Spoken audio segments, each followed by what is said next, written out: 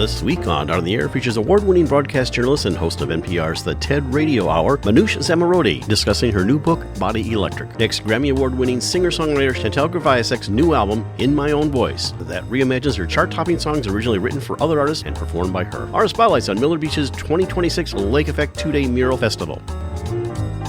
Express yourself through art and show the world your heart. Express yourself through art and show the world your heart. You're in the know with Esther and Larry. Art on the air today. Stay in the know with Larry and Esther. Art on the air our way. Express yourself through art and show the world your heart. Express yourself through art and show the world your heart. Welcome. You're listening to Art on the Air on Lakeshore Public Media, 89.1 FM, WVLP 103.1 FM, our weekly program covering the arts and arts events throughout Northwest Indiana and beyond. I'm Larry Breckner of New Perspectives Photography, right alongside here with Esther Golden of The Nest in Michigan City. Aloha, everyone. We're your hosts for Art on the Air. Art on the Air is heard every Sunday at 7 p.m. on Lakeshore Public Media, 89.1 FM, also streaming live at lakeshorepublicmedia.org, and is available on Lakeshore Public Media's website as a podcast. Also heard on Friday at 11 a.m. and Monday at 5 p.m. on WVLP 103.1 FM, streaming live at wvlp.org. Our spotlight interviews are also heard Wednesdays on Lakeshore Public Media. Information about Art on the Air is available at our website, breck.com/AOTA. That includes a complete show archive, spotlight interviews, plus our show is available on multiple podcast platforms, including NPR One. Please like us on Facebook, Art on the Air, WVLP, for information about upcoming shows and interviews. We'd like to welcome back to Art on the Air Spotlight from Miller Beach, the Miller Beach Arts. They have several things coming up, one of which is going to be in June at the Marshall J. Gardner Center and actually all around in the Lake Street area. And Julie Gibbs is the executive director for that. Thank you for coming back to Art on the Air and tell us about this new project coming up.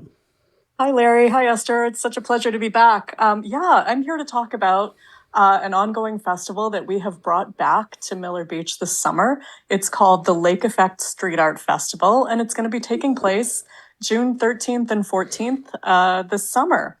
Now, for people who aren't familiar, Lake Effect is a project that was started by Ish Muhammad and Felix Maldonado, two street art muralists, who came to Miller in 2013 and introduced this idea of painting public murals on the buildings in Miller Beach.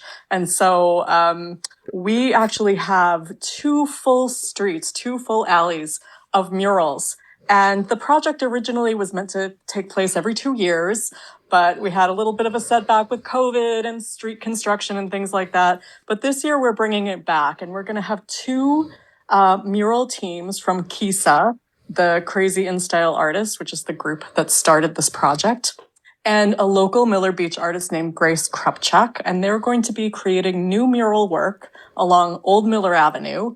And that's right in the business district of Miller Beach along Lake Street. And during those 2 days, we're going to have all kinds of great activities. So, Julia, are these then permanent installations? So what happens is that the murals last as long as it takes to get around to the next festival, and then they get painted over. So one of the really nice things that's going to be happening this year is that we have free guided tours taking place where people can walk around and see the existing murals, learn about some of the artists who have work installed in our neighborhood. And I think people would be really surprised to find that we have some quite well-known artists with work in the neighborhood at this point, people who've gone on to have pretty illustrious careers in their field, like Hebrew Brantley, J.C. Rivera, and as well someone familiar to the region, Felix Maldonado, better known as Flex, who's been doing the wonderful murals of the Jackson 5 around the Gary area. So that's just one thing that's going to take place over the weekend. People can take those tours. Visitors can also help us create a community mural. There'll be an art project going on and everyone can take part in that. We'll have music as well. The band Monosoul is going to be playing on Saturday. And we have DJ Trino Cavazos playing all day on Sunday. Folks can also take advantage of the Gary Public Transit Corporation's bike share program. They're going to have a table out and they're going to be offering people free bike rides. So you can actually pick up a map, bike around the murals yourself, or take a guided tour, watch the artists at work. It's going to be a really fun project. It sounds excellent. How many people are artists are involved? I mean, you described it. We have 2 teams of artists coming out for the weekend. They are the Midwest Masters and ATT, and they tend to be a bit of a movable feast. There are different people involved depending on who can come. These are teams that actually work around the country at this point. There are festivals that take place all over the US where street art muralists will go and take part and create new works in different cities and places. So we're actually getting some really well-regarded artists coming to the neighborhood to do new pieces. And, we may have 5 or 6 people working on each mural. And then again, our local artist will be either working by herself or she'll bring a few friends. So this is a small version of the fest. And I'd encourage people to come out for it because we are bringing it back, but also because we hope to do a full version in 2027. And at that point, all the existing murals that are on the walls now will be painted over.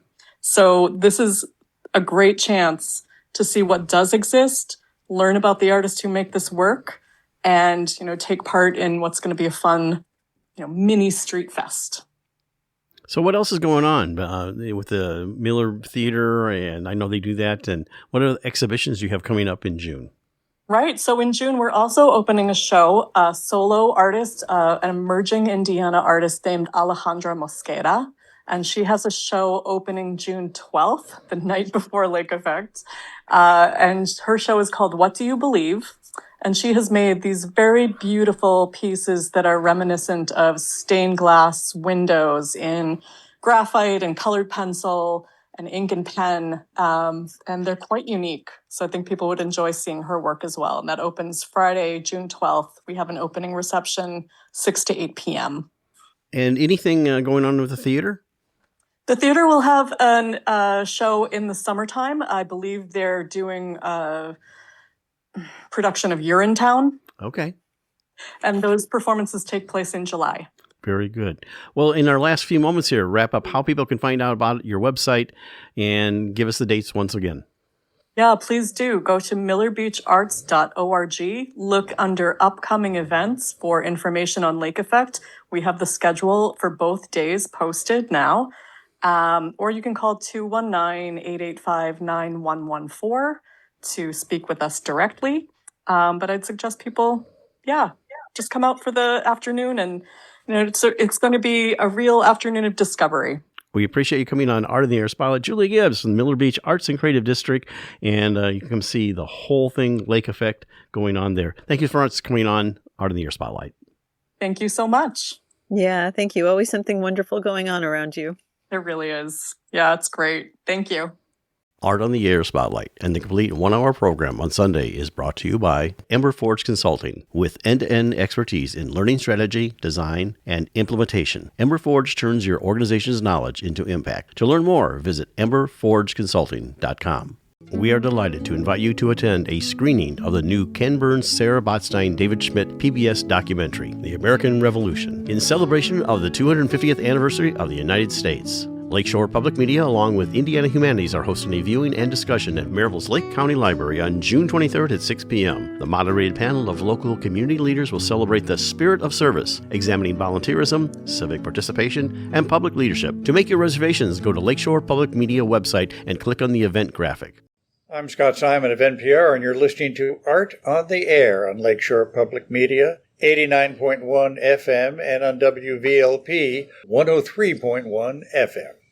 We are pleased to welcome Manoush Zomorodi to Art on the Air. Manoush is an award-winning journalist, best-selling author, and host of NPR's TED Radio Hour, where she explores ideas with the world's greatest thinkers. Her Body Electric project is a groundbreaking collaboration between NPR and Columbia University Medical Center. She has established herself as a pioneering voice in examining technologies, impact on our humanity. Her current fascinating book, Body Electric: The Hidden Health Costs of the Digital Age and New Science to Reclaim Your Well-Being, is available now. It is an investigation into how sedentary screen life is reshaping the human body and the science-backed protocol for reclaiming our energy, focus, and health. Thank you for joining us on Art on the Air. Aloha and welcome, Manoush. It's so wonderful meeting you. Thank you both so much for having me. I'm really pleased to be here. Well, we'd love to have you on the show. And of course, I have to confess, I'm a regular listener. And the one thing I will confess is we have people on the show all the time. And I told my daughter, she kind of, and she's just about, I was, oh my gosh, I listen to her all the time. Aw, that's so awesome to hear. We'll tell her hi. Thank you, Larry. Will do. Well, anyway, our audience always wants to know the background of our guests. And so I always say their origin story, how you got from where you were to where you are now. So tell us all about your background. Okay, so sometimes people want to know the origins of my name, so I can start there. My dad is Iranian. My mother is Swiss. They met in Connecticut and ended up having 3 American children. It is the story of what happens to a lot of families in America, that they come from somewhere else and then they end up creating something new. So I grew up in New Jersey and ended up becoming a journalist right out of college. I was an intern at the BBC's News Bureau. I literally picked up the phone and called and said, "Hi, can I be an intern?" And the bureau chief happened to pick up the phone and he said, "What's that?" And so I said, "Well, I come and work for you for free." And at the time, and he said, "That sounds great." So that ended up turning into a over 30 years now journalism career. So the first 10 years were mostly breaking news around the world, in the United States. Then I transferred from being mostly a producer to being a reporter, mostly business and tech. And then about in 2012, I started doing a short business. It was started out as like an on the air thing, but then it turned into a podcast at New York Public Radio, WNYC. And that initially was really about this idea that the financial institutions were becoming influenced by technology. Tech was taking over Wall Street. And so I really wanted to report on, this was before Google even had New York headquarters. It was super weird. So there was this transformation happening in New York, but what ended up happening was that the show became more about how do we live with our technology. We ended up calling it Note to Self. This was when podcasts were taking off. And it was less about, operating systems and upgrades and more about like, well, how does having a smartphone change the way you parent or you learn or you live your life, which seems rather quaint now. But at the time, these were really profound questions. And the science just wasn't there. Like, how was this changing our relationship to how we think or how we find information, how we teach kids. So a lot of this was sort of asking listeners, what do you think about this? What are you experiencing? And then also talking to researchers. So Note to Self ended in 2018 because I decided to leave and do my own thing. So I founded a little production company called Stable Genius Productions.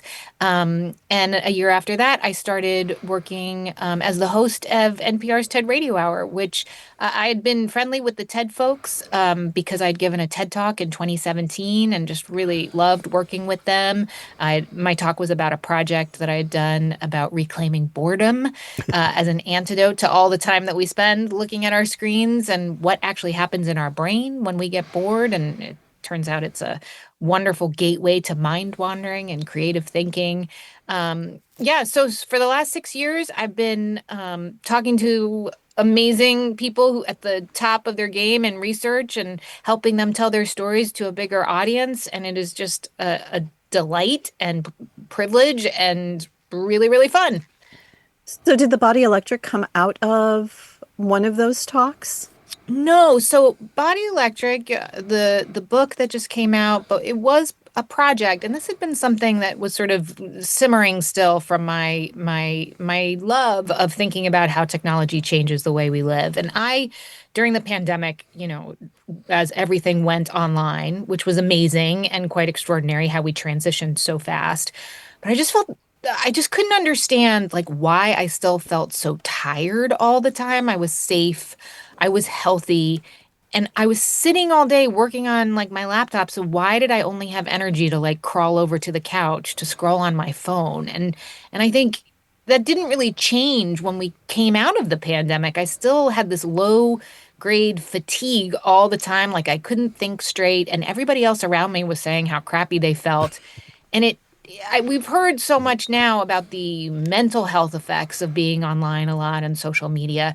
But to me, this felt so physical. And it just begged the question like, what was happening to us biologically as we sat for hours scrolling, tapping, typing, and feeling exhausted? Like, what was going on? Well, what about the Um, stress of the time, like the fear? I mean, like in Right. the beginning sure. of the pandemic, there was so much fear and I unknown. think absolutely, that definitely contributed to it, but that was why, even when we came back into the world, that was my question. Was it just the pandemic that was making us, or was there something else going on? And Right. so that was when I was going for a walk with my dog, listening to the headlines on Morning Edition, and I heard about a study that had been done by a Columbia University Medical Center physiologist, a guy named Keith Diaz, who had been trying to figure out what was the least amount of movement that the human body needs in order to offset the harms of all the sitting we were doing. Because we've all heard like sitting is the new smoking, right? Like that, we've all heard that. But his antidote was so interesting to me. He had found that 5 minutes of gentle movement every half hour during long sedentary stretches had radical effects on the human body. It cut glucose levels, it cut blood pressure levels, it also improved people's mood and their ability to focus.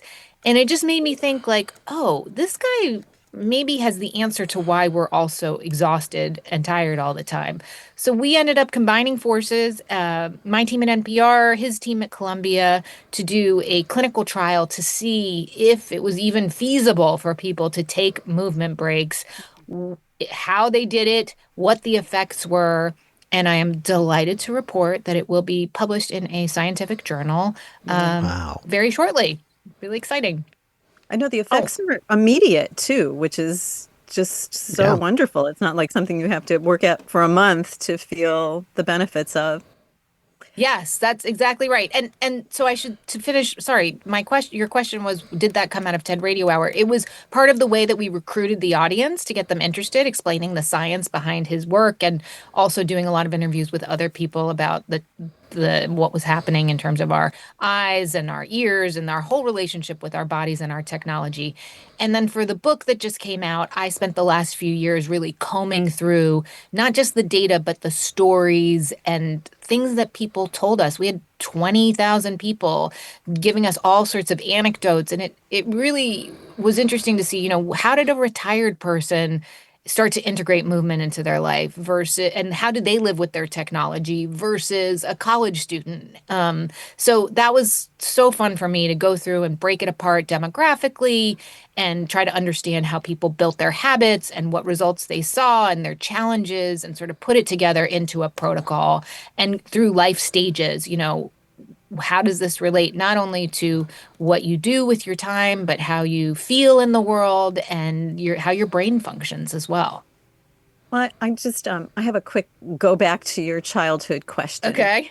So, what was it like? Like, were you writing in middle school? What was the family life like? Was there Oh, lots we're of going back, way reading? back. Yeah, yeah, way back. I just think it's so much, so many times our childhoods inform what we do in I the think, future. yeah, and I never would have thought that, Esther, except now I think I finally get it. So, my parents are both physicians. They are retired psychiatrists who specialize in geriatric neurological illnesses. So, Parkinson's, Alzheimer's, all of those things. So my brother and sister, I have a brother and sister, none of us went to medical school. None of us were particularly good at math. I just sort of figured like, oh, that skipped our generation. Um, but now here I am talking about science Yes. and cognitive function and all of these things all the time, which is kind of strange, except that I think I also realized as, a daughter of people who were immigrants, you very much are the eldest child is the sort of public facing person for the family in many ways. You are the one figuring out how does the school system work? My parents were like, I don't know, we're busy. We have other kids and jobs, and this is America, so you figure it out. And I think that, so it's, I mean, maybe, 2020 hindsight, but I think you're right. Like that combining of like storytelling and explaining with, this constant kind of low grade science Well, no, family but you life. seem to really enjoy it. And I mean, the Well, science the part. irony to me is that I hated science in high school. I hated it. And I think had there been a storytelling and an experimental and a use case scenario, like nobody ever told me why I needed to learn this or told me the stories behind the scientists and what they were excited about.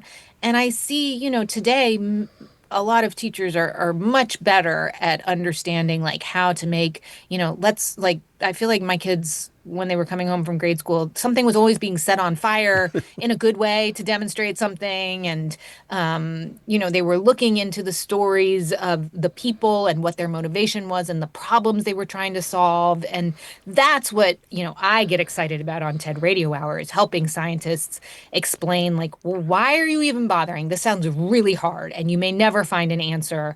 And, what drives them? What is the problem they want to solve? And I think had that been part of my education, that maybe I would have enjoyed it more. Well, I'd like to take you away from the book for a moment, and let's talk about your routine, both with NPR, TED, and how does that work? I mean, people sometimes, they magically turn on and there is the show and there's your podcast and everything like that. We understand a little bit better here, but tell our audience how that works.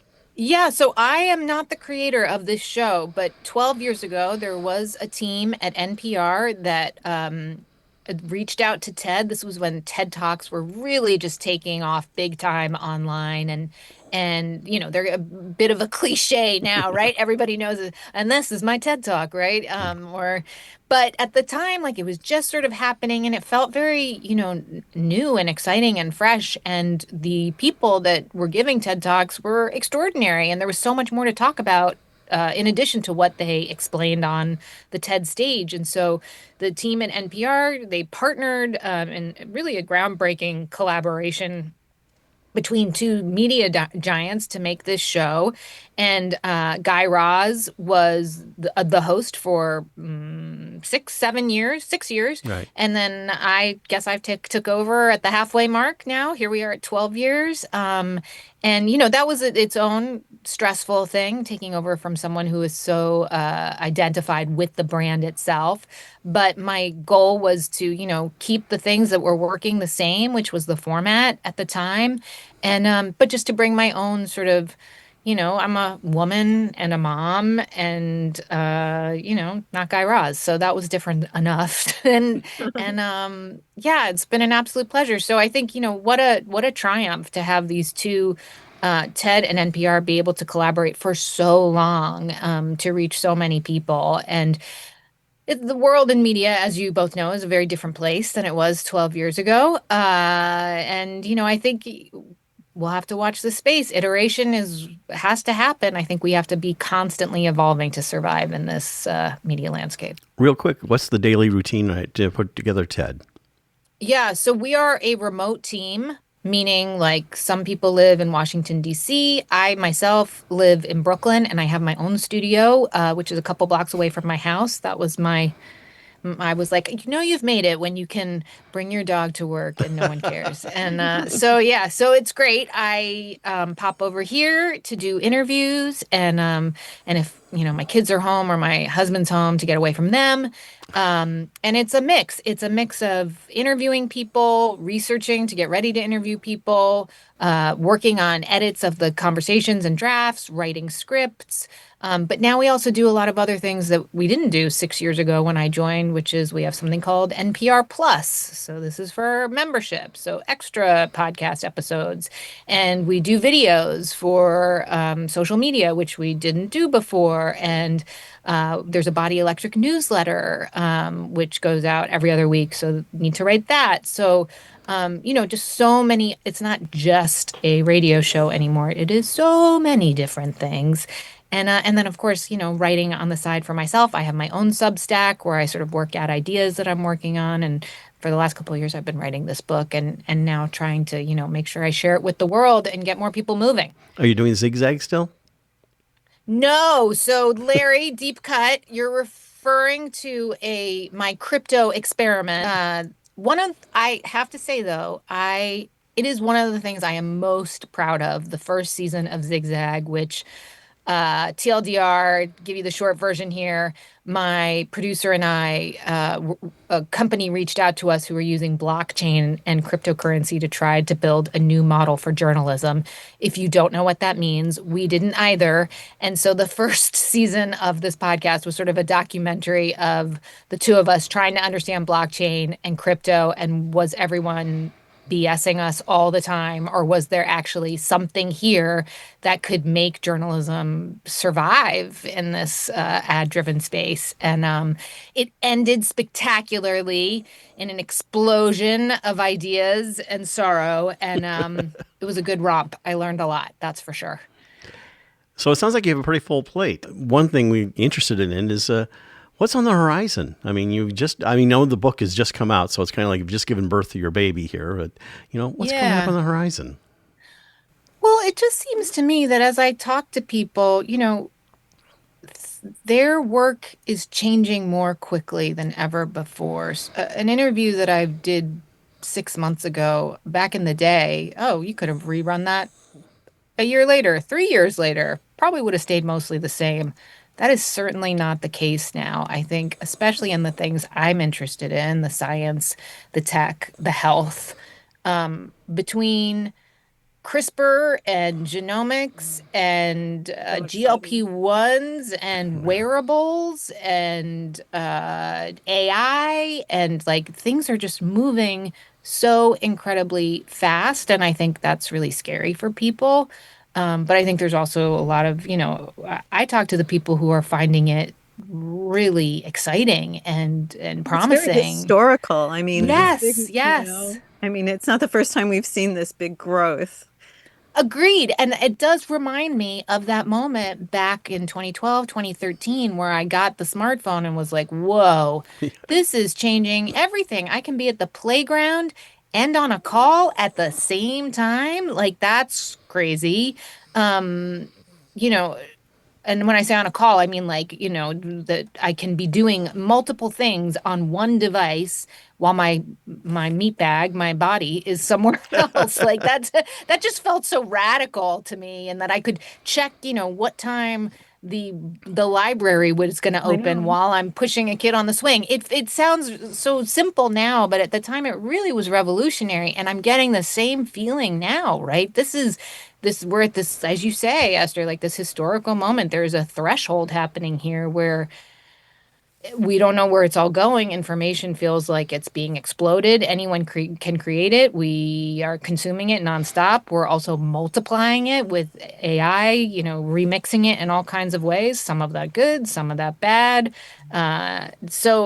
And I think AI, when we say AI, what does that even mean? That means so many different things. Right. It runs our cars. It's looking at our mammograms, for example. It's also being used to write college essays, for better words.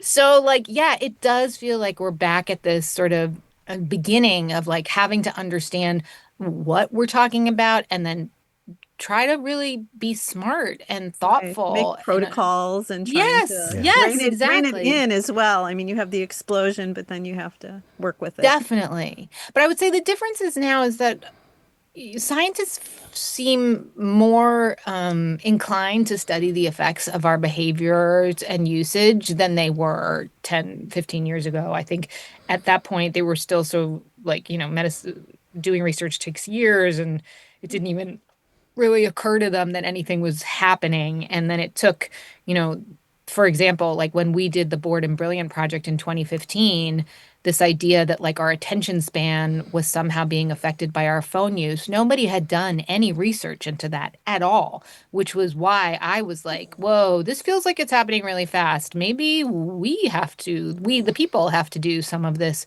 research to at least get the conversation started. Right. You have to add the human factor Right. because so much of the science happens and there's like real people that are affected by it. And so that's like the brilliant part right now, that our physiology and our emotions are being factored into a lot of this now.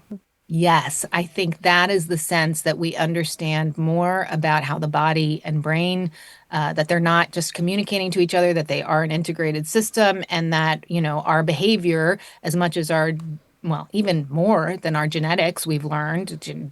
Genetics really only affects max 10%, they now say, Right. of our health. So absolutely, the knowledge that we have about how humans function layered on with all this technology. I mean, it is one big petri dish that we're living in, isn't it? All day long. Well, what's the big takeaway? We only have about 2 minutes left. So what's the big takeaway from Body Electric that you'd like our audience to hear about and, of course, get the book? Yeah. So for me, I think I think people are tired of being shamed for their tech use, that, enough screen time, it's so bad for you. Well, guess what? Like, a lot of us have kids, elderly parents, jobs that we like. Maybe it's how we stay connected with our friends and our community. Of course, we learn a ton on our technology. Oh my God, our children are so smart and so intuitive with all of this. Absolutely. Absolutely. And so how do we begin to bring back a modicum of like, we have to live with these devices. They're not going away anytime soon. And I think we have to talk about things that are missing in our lives, like movement throughout the day. Back in the 1800s, nobody said like, gosh, I got to get into nature, until the Industrial Revolution happened and there were cities and all of those things. And so we're at this moment where the things that are being crowded out by technology, we need to use language to talk about them, to be purposeful and intentional about factoring them into our lives. So for me, the book is about feeling back in your body and the amazing effects that can have on your mood, on your basic health, on your ability to learn and use your brain at every stage in your life, whether you are a young person, an information worker, as we're called, or you're retired, or you're an older adult. I mean, this is the answer to longevity. It is not cryogenics or, whatever else the billionaires might make you think. It is proven. There is scientific backing. Interstitial movement is an incredible tool that we all have. It is free. It is available. It's not easy to do, but 20,000 people tried, and their stories are at the heart of this book. And unfortunately, we are out of time. Body Electric, Manoush Zomorodi, of course, you hear TED Radio Hour and NPR and everything. Thank you so much for coming on the show and sharing Body Electric. It was a great read. I especially liked the sum things at the end because, you kind of like, oh, yeah, that was great and everything. But it's an easy read, and then you get to the sums and you spend some time there. Thank you so much for coming on the show and sharing. Larry and Esther, thank you so much for having me. This was just a delight. Thank you. Complete pleasure. Thank you so much. Yay! Thank you both. This is Raina Torres, host of World Cafe, and you're listening to Art on the Air on Lakeshore Public Media, 89.1 FM, and on WVLP 103.1 FM. We are happy to welcome Chantal Kreviazuk to Art on the Air. Chantal is a Canadian singer, songwriter, composer, pianist, and activist. Her debut album, Under These Rocks and Stones, was released in 1996. She received her first Juno Award in 1997 as Best New Artist. More albums and awards followed. Juno's Best Adult Pop Album, Best Female Artist, and a Grammy, and she is a member of the Order of Canada for her humanitarian work. Her work has appeared on many soundtracks for films and television shows. Chantal and her husband, Rain Maida of Our Lady Peace, created a documentary of the process of writing songs for their joint album, Moon vs. Sun, and their efforts to work on some of the fissures in their long marriage. The film is called I'm Going to Break Your Heart, and it is a very moving film. Her current album, My Own Voice, is releasing May 22nd of 2026 and is a 12-track collection that reimagines chart-topping songs she originally wrote for other artists, now reclaimed and performed in her own voice.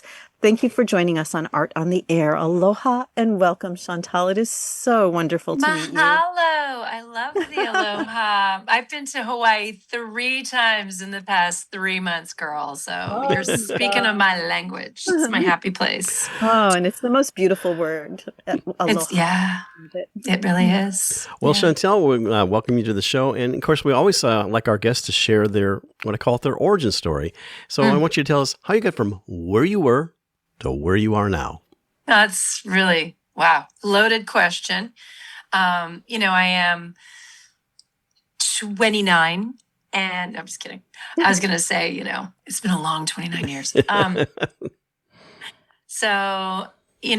come from this place called Winnipeg, Manitoba, Canada, and it's a very cold place for a better part of the year.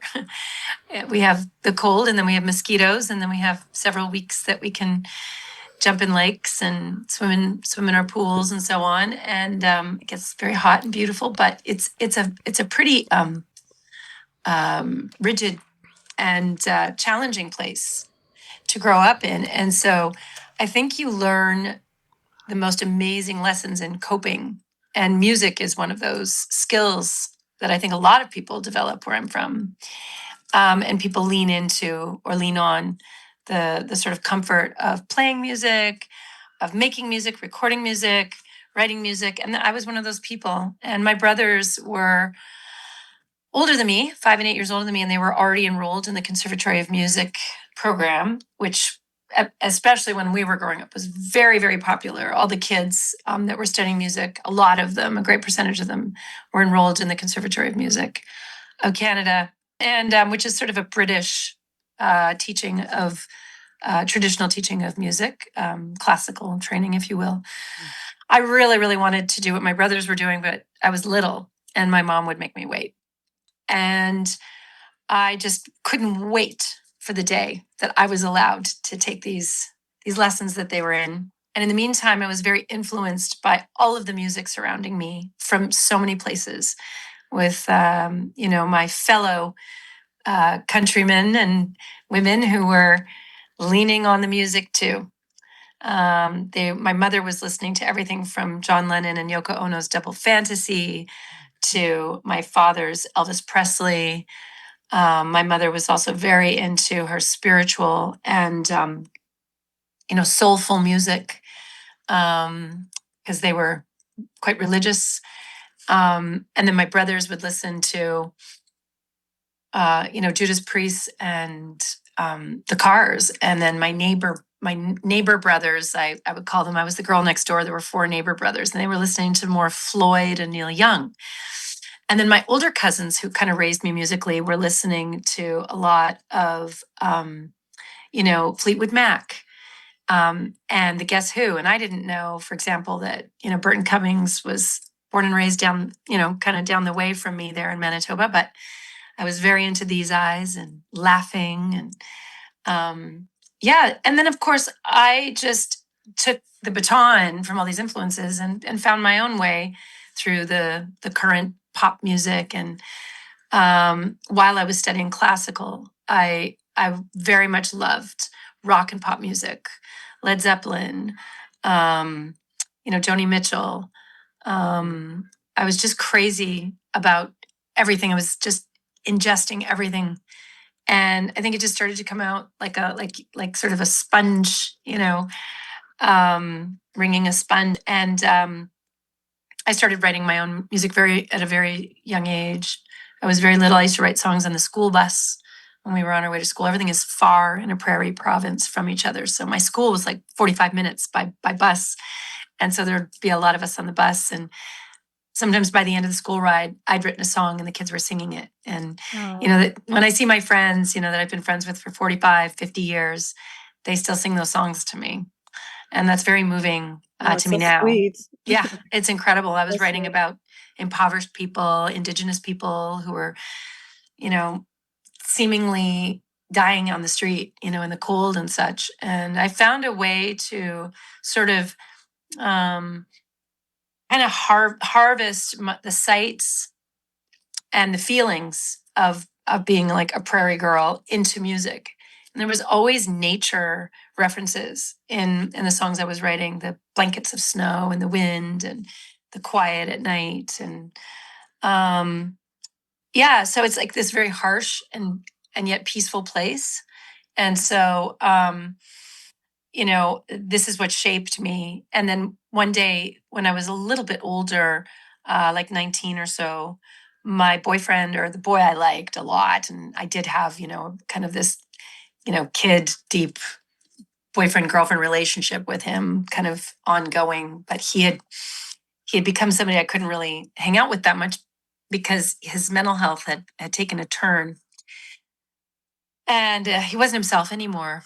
And it was a very quick turnaround with, I would call it, I guess, like a break in reality that he'd had. And a lot of kids end up doing a lot of drinking and drugs in a harsh climate. They're bored. They're seeking some other kind of self-realization other than what they're seeing around them that doesn't seem very hopeful, and Right. so he ended up not living through that. And that was very powerful to me in my life. It impacted me greatly. And I wrote a song called Surrounded about it. I sent it to a music label, or a friend did, and Columbia Records, satellite company out of Toronto, received the CD of me singing this song I'd written about Samuel, and it was called Surrounded. And it really changed my life.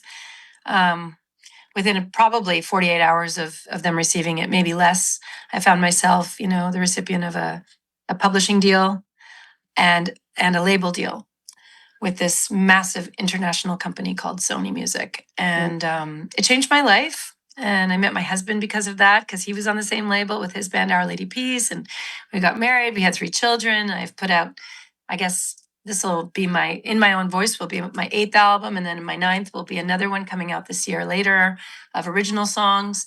And I am making music with him again too. So, my hometown really, a lot of people say, oh yeah, it was a great place to grow up. I mean, wow, it really shaped who I am. I'm about to receive the Order of Manitoba, and the Lieutenant General called me on my phone, and they said, we have the Lieutenant General on the phone to speak to you. And I thought, oh, they probably want me to come home and present something to somebody or whatever. And she said, hi, we're pleased to announce that we're presenting you with the Order of Manitoba. And I was like, but why? Because I haven't lived there for a long time. And I thought, what have I done? And she said, well, you bring a lot of honor to Manitoba. Very moving to me to hear those words, because to me, growing up in Manitoba made me a hardy girl. And I'm the one who's honored. Like, I'm the one who received all these traits. Like, it's probably got the most snow of anywhere besides Siberia for its populace. And yet there's no snowflakes there. We are hardy, hardy people. And if we hear no, or, we hit a wall, we find a way through it, and I'm really grateful for like the spirit that I got from my place of origin. And it just shaped me to being the, the tough nut that I am. Well, congratulations on the award. Oh, thank you. Well, I was going to have you set up the first song. This is actually from a 2002 album, What If It All Means Something? Yeah, Feels Like Home. Tell us a little bit about that, and we'll play that. Well, What If It All Means Something is special. The song itself is special to me because my husband's not a piano player, but he kept playing this riff over and over again while we were dating. And one day I said to him, you're not doing anything with that. Can I have that? And that was the first time we collaborated. He said, sure, you can have it. So his name was on there, as a co-writer on that one. The song meant a lot to me because I think that, people talk about coincidences, and then, a lot of people don't see life that way. They see it like, oh no, everything is sort of happening for a reason, and you're where you're supposed to be at this moment and all that. And so I'm not saying I have the answer. I am asking the question, what if, and always something.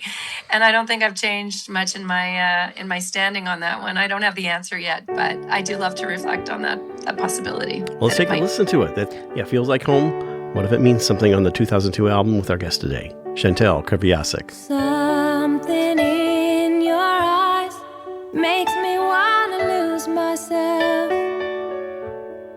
Makes me wanna lose myself.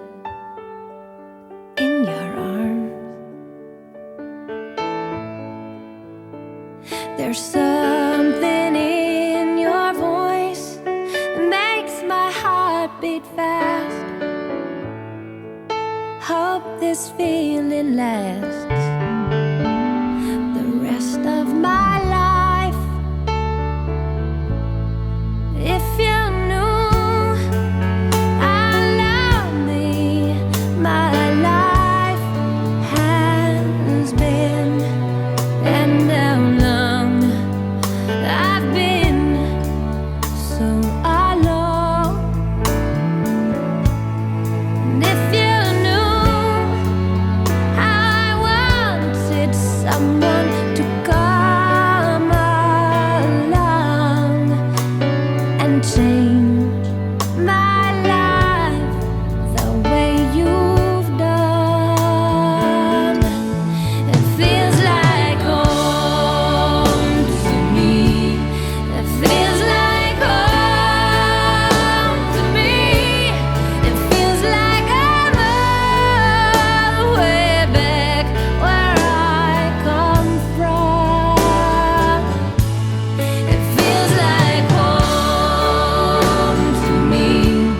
It feels like home to me.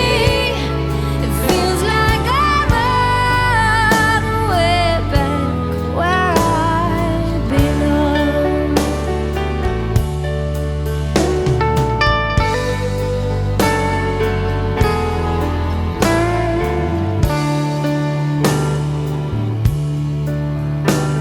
A window breaks down a long dark street, and a siren wails in the night.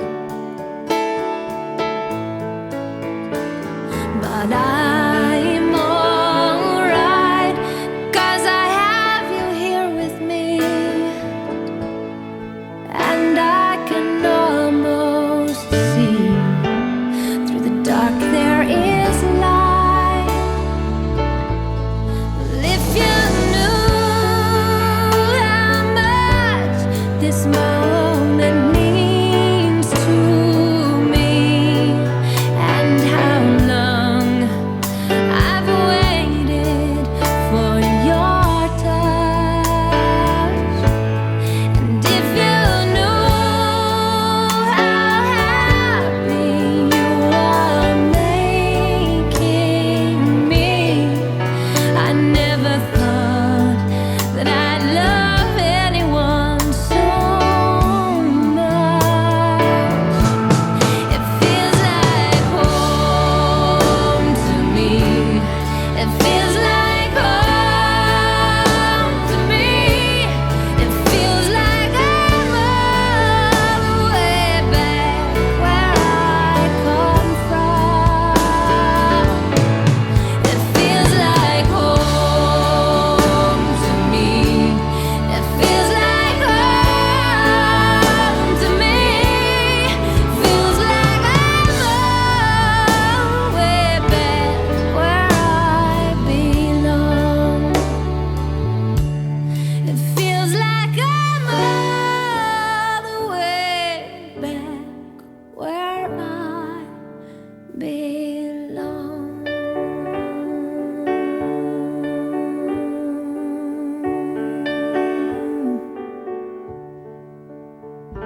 And we're back from that. It feels like home. What if it all means something? Chantal Kreviazuk.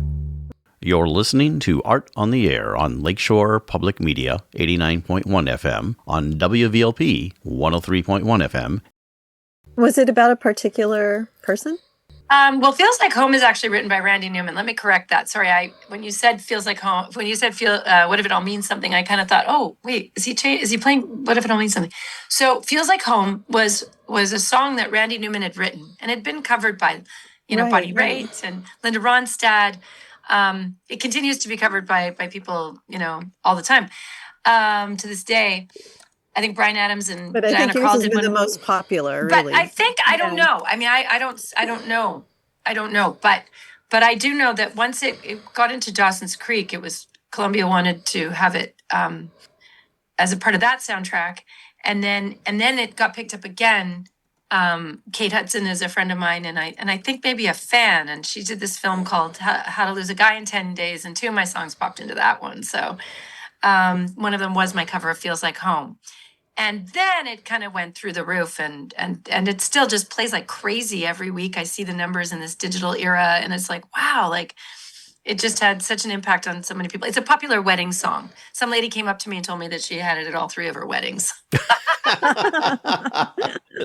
There you go. Pretty cute.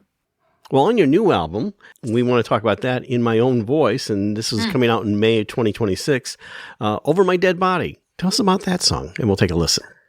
I bumped into Drake one evening in Toronto, and a friend of ours had said, "Oh, you two have to work together." And so when I saw him, I said, "Oh my gosh, Adrian says we should work together." And he said, "Oh my gosh, yes, yes, yes, yes." And he said, "How long are you in town?" And I was like, "I don't know. I was probably in for a couple of days or something." And he said, "Well, we're working tonight if you want to go over to the studio." So I did. And 40, his producer, and I had kind of already gotten this song going, and then he popped in, and the rest is history. It's a really exciting song to be part of, because that was sort of really early on in his career. In fact, that was the first song recorded for the album Take Care. Was what you won the Grammy for, right? Yes, because I'm a producer. Yeah. Yes. And Grammys are good, so we'll take a listen to it. Chantal Kreviazuk, Over My Dead Body. How I'm feeling, it doesn't matter, 'cause you know I'm okay. And still I ask myself, why do you worry when you know I'm the same? Oh, I know you don't love me, baby, that's right, to take you away from me, only over my dead.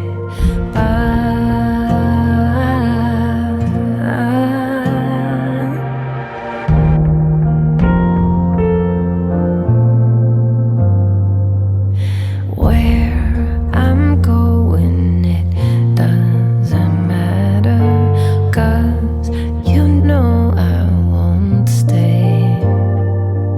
And still I ask myself, why such a hurry when some things never change?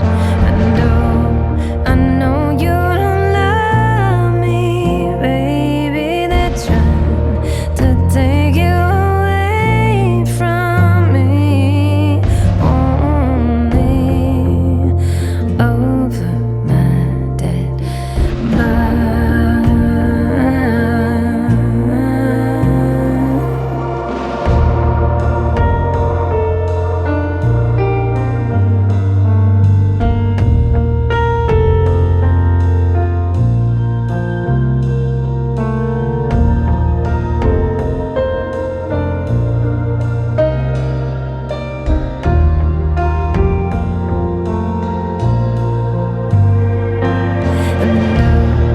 I know you don't love me, baby, they're trying to take you away from me, only over my dead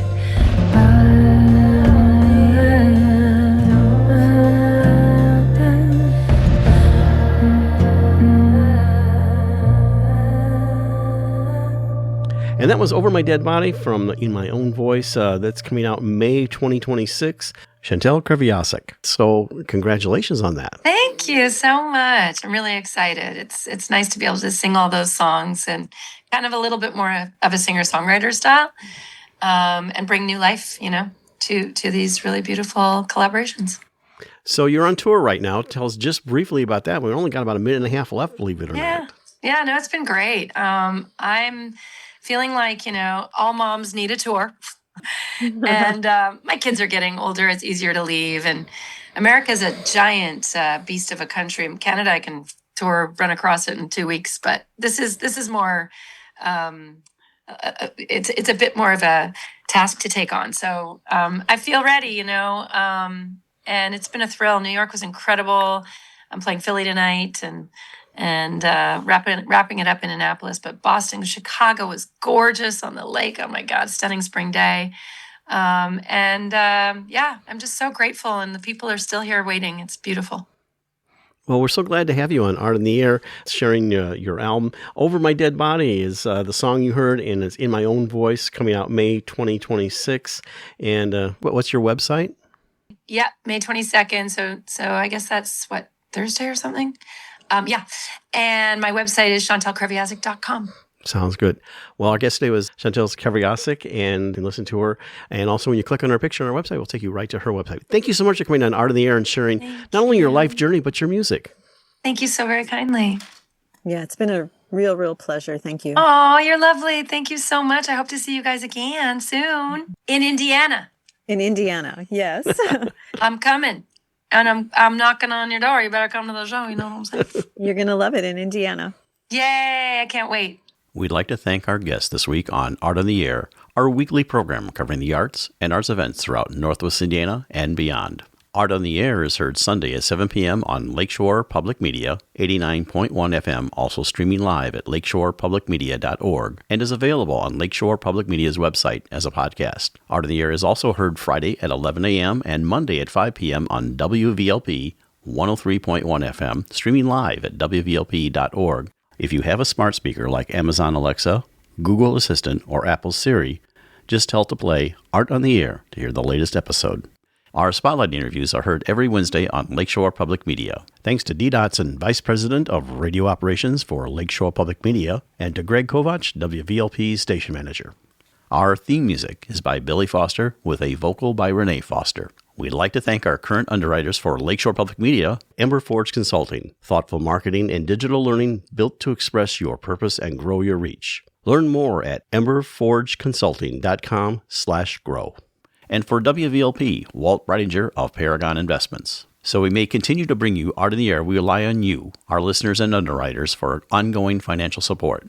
If you're looking to support Art on the Air, we have information on our website at breck.com/AOTA, where you can find out how to become a supporter or underwriter of our program in whatever amount you are able. And like I say every week, don't give till it hurts. Give till it feels good. You'll feel so good about supporting Art on the Air. If you're interested in being a guest or send us information about your arts-related event or exhibit, please email us at aota@breck.com. That's aota@breck.com, or contact us through our Facebook page. Your hosts were Larry Breckner and Esther Golden, and we invite you back next week for another episode of Art on the Air.